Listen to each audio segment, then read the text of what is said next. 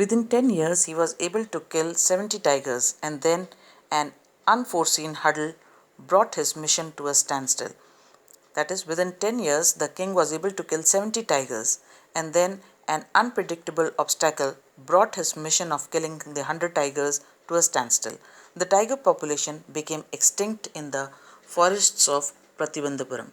The problem was that the tiger population became extinct in the forests of Pratibandhapuram. Who knows whether the tigers practiced birth control or committed hargiri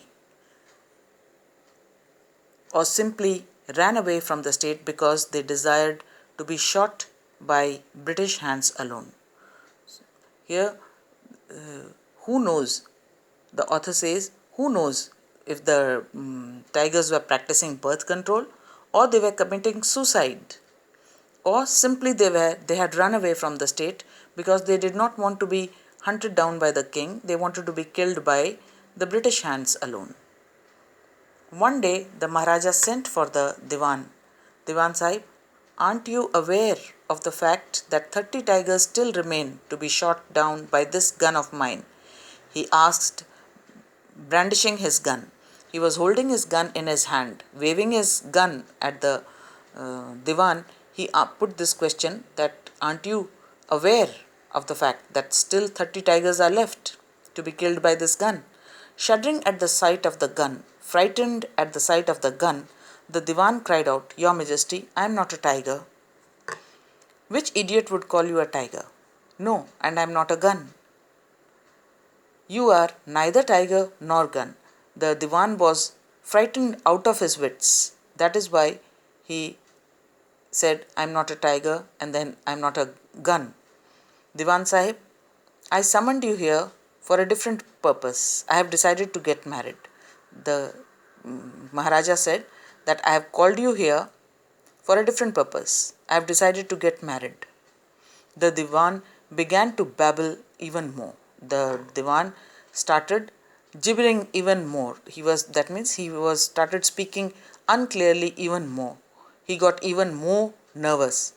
Your Majesty, I have 2 wives already. If I marry you, as it is, he was so afraid at the sight of the gun, he lost his wits and babbled that if I marry you, don't talk nonsense. Why should I marry you?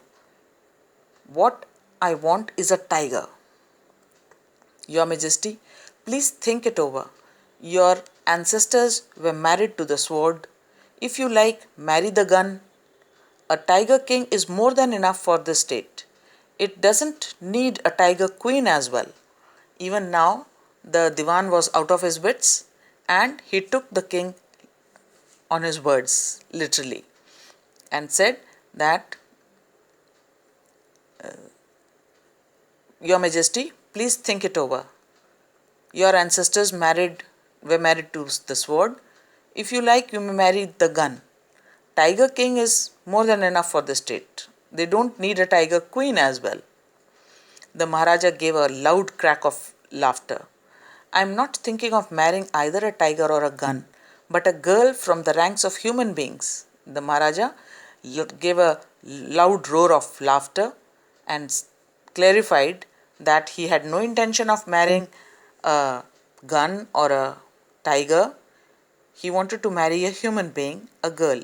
First, you may draw up statistics of tiger populations in different native states.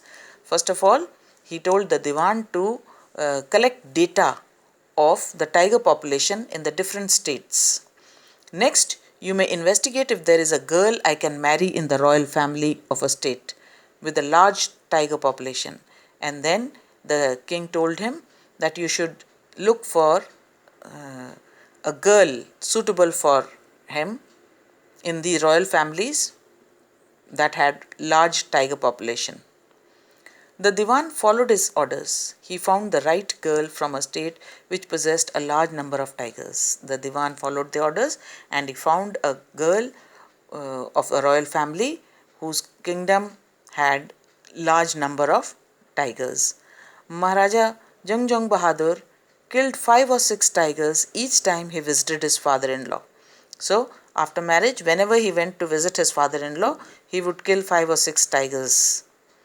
in the forests. In this manner, 99 tiger skins adorned the walls of the reception hall in the Pratibandhapuram palace.